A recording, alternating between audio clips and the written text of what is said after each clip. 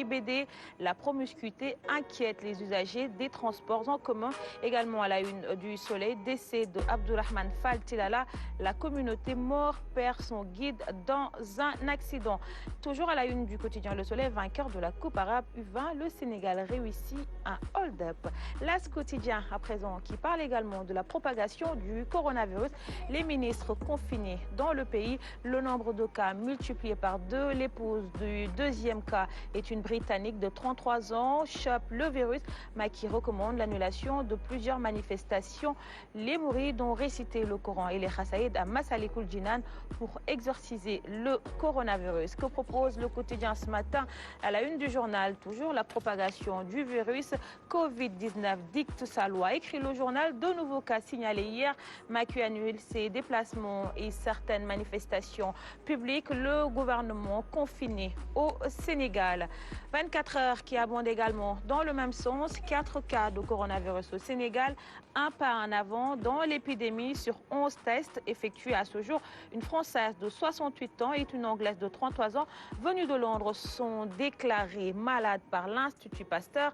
Macky Sall cloue au sol tous les ministres du gouvernement. Dr Mohamed Lamine Ly, Kossas, le Sénégal pourra-t-il relever le défi, s'interroge le docteur à la une de 24 heures. Grand place à présent qui parle de l'accident mortel sur l'axe Thiès-Rombol. Tilala, son épouse et son chambellan périssent sur le péage.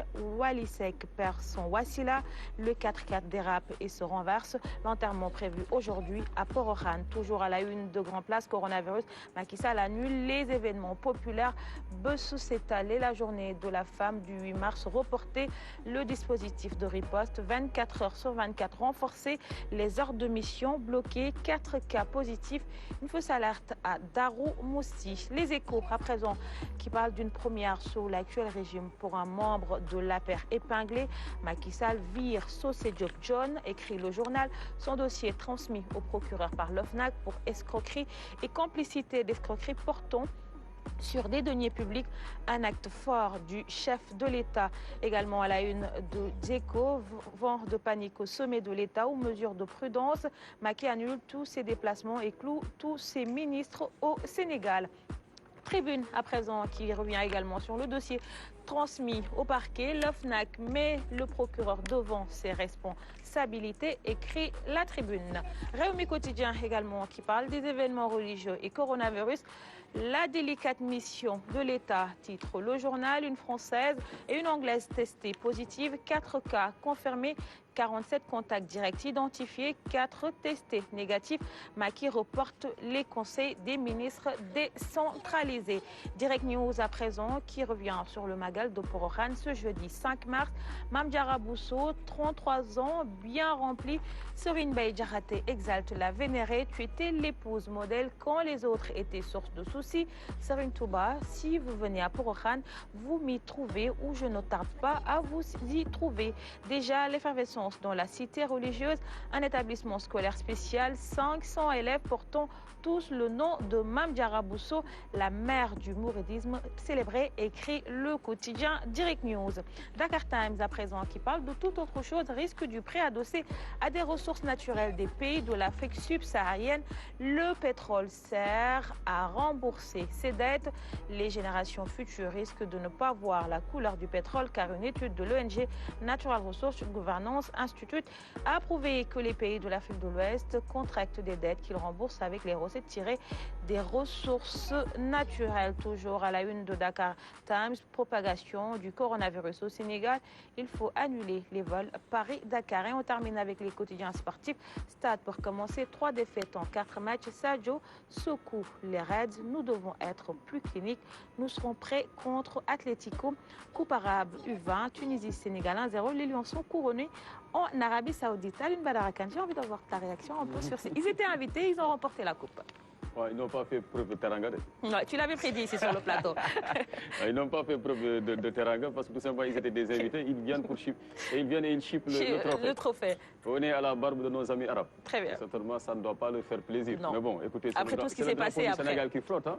Et félicitations à cette équipe. C'est vraiment la grande surprise hein, pour l'actualité sportive du Sénégal. Et je crois qu'ils sont sur une belle rampe pour peut-être mieux compétir dans les compétitions à venir.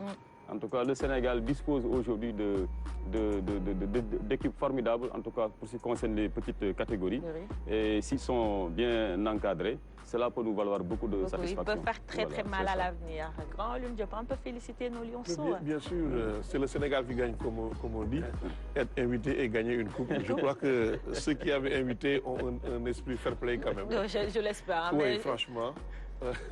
Des invités qui repartent avec une coupe. Coach Tandara.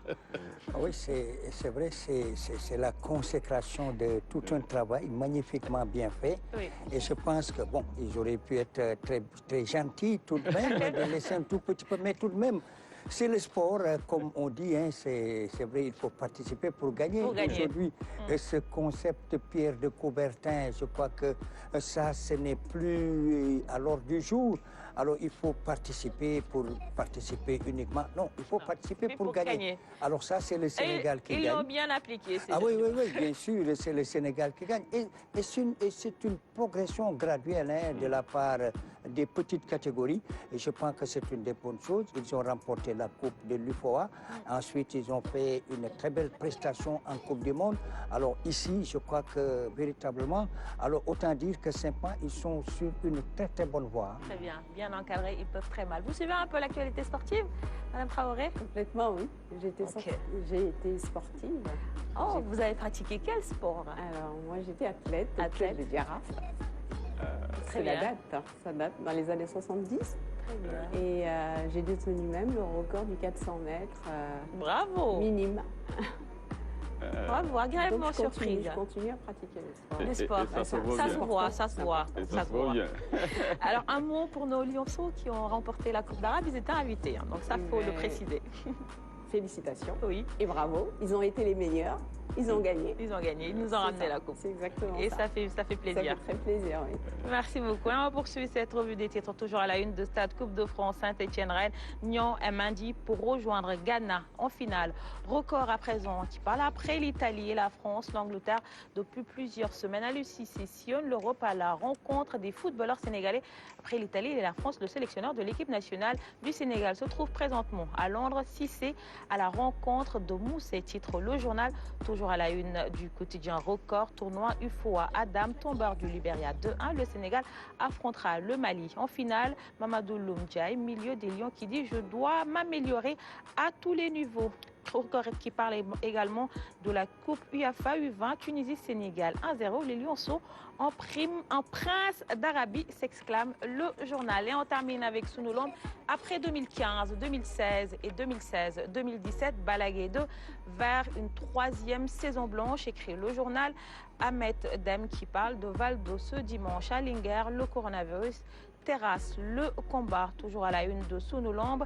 8 combats, 8 victoires. Franc va-t-il poursuivre sa razzia, s'interroge le quotidien spécialisé en lutte qui parle également d'une enquête sur la grève des arbitres, les vraies raisons de la fronde contre le CNG. C'était tout ce qu'on pouvait lire à la une des quotidiens qui nous sont parvenus ce matin. Lune Badara, nous les offrons à Madame Fatou Traoré. De la lecture pour vous ce matin. Il est 6h48 sur le plateau d'Aucun Kéliba. Bon réveil si vous venez de nous rejoindre, comme Philomène qui est avec nous depuis un moment. Bonjour Philo. Bonjour Mariam. Ça va? Ça va bien, merci. En forme? Cool. Très bien. Okay. On part pour le flash? Prête. Tout de suite, voici le flash info.